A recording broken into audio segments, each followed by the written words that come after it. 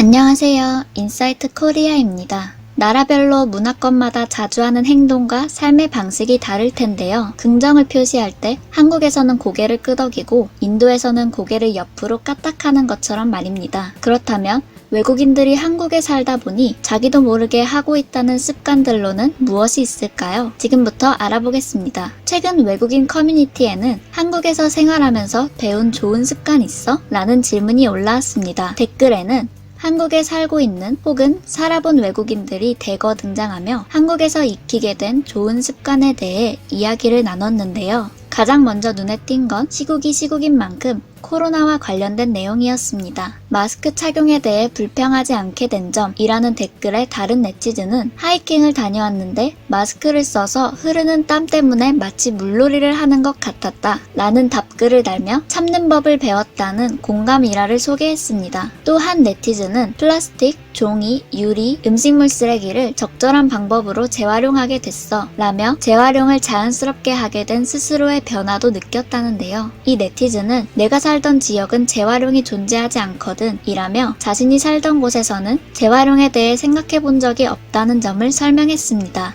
우리가 외국 영화나 드라마를 볼 때 의아했던 점 중 하나인 실내에서 신발 신기. 이 또한 외국 네티즌들은 한국에 와서 변한 점이라고 입을 모아 이야기했는데요. 집에 들어갈 때 신발을 벗는다. 들어갈 때 신발을 벗는 거. 덕분에 바닥이 깨끗하게 유지돼 등 확실히 많은 공감글이 달렸습니다. 식생활 또한 삶에서 큰 부분을 차지하죠. 한국에 와서 어느새 달라진 식습관에 과거와 비교해보고 놀랐다는 경험담도 찾아볼 수 있었습니다. 더 건강한 식생활. 내가 한국에 와서 식생활을 바꿀 때까지 나는 내가 나쁜 식사를 하고 있다는 걸 깨닫지 못했어. 라고 고백하기도 했습니다. 그러면서 나는 맥도날드에 가지 않을 거야. 평소에 직접 음식을 만들고 유기농 시장에서 쇼핑을 하거든. 이라며 한국의 식문화에 대해 고마워하는 이도 있었는데요. 그런 한편 눈치라고 답한 네티즌의 말에 다양한 대화가 이어지기도 했습니다. 한국인들은 역시나 눈치, 즉 남이 말하지 않아도 알아서 잘 딱 깔끔하고 센스 있게 해내는 능력을 높이 평가하는 민족이죠. 해외에서는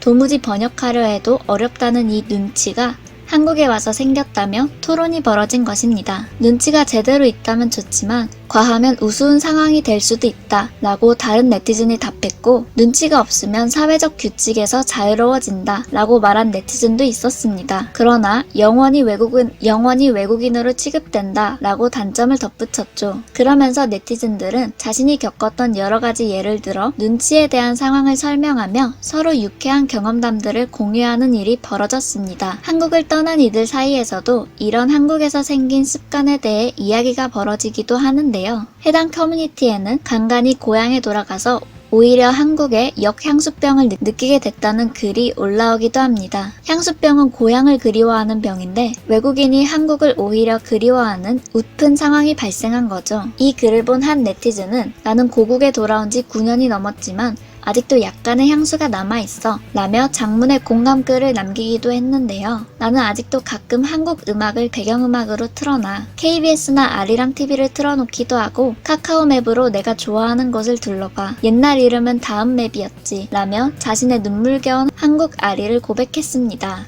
그러자 다른 네티즌은 깜짝 놀라며 우와 이거 나한테 일어나고 있는 일이야. 그건 정말 마법 같은 기분이지. 완전히 새로운 나라를 알아가고 친구들과 함께 갑자기 랜덤하게 화요일 밤에 만나서 GS25에서 맥주를 마시고 하는 거 라며 한국에서의 추억을 함께 회상했습니다. 그는 한국에서의 이런 일상이 달콤한 라이프 스타일이었다고 하기도 했는데요. 그 외에도 많은 이들이 격한 공감을 표시한 가운데 나도 같은 일을 겪었어. 하지만 내가 해줄 말은 너는 항상 한국을 그리워할 거고 한편으로 그건 좋은 일이라는 거야 라며 결국 후유증은 평생 갈 거다라는 결론을 내는 이도 있었습니다. 한편 이렇게 한국을 그리워하는 네티즌들 중 역향수병을 앓다 못해 실제로 다시 한국으로 돌아왔다는 사람도 나타났는데요. 이 네티즌은 오마이갓 나 이거 느꼈어. 나는 한국에서 좋은 습관들을 얻고 돌아왔어. 나는 더 적극적으로 행동하고 더 열심히 일하고 새로운 곳에 거리낌 없이 가게 됐지. 하지만 결국에 이곳에서는 다시 게을러지고 말았어 라며 고향에 돌아와 보니 한국 없이는 안 되겠다고 느꼈다는 경험을 고백했는데요. 결국 그는 역향수병은 진짜 현실이야. 너무 심각해서 나는 고향에서 2년 동안 살다가 여러 가지 이유로 결국 한국으로 돌아왔어 라며 역향수병을 이길 방법은 목적은 한국으로 돌아가는 것뿐이라는 걸 인증하며 심지어 한국에서 떠나는 것이 마치 연인과 헤어지는 것 같았다고 비유하기까지 했습니다. 한국에서 살아본 외국인들이 한국에 얼마나 큰 변화를 겪었고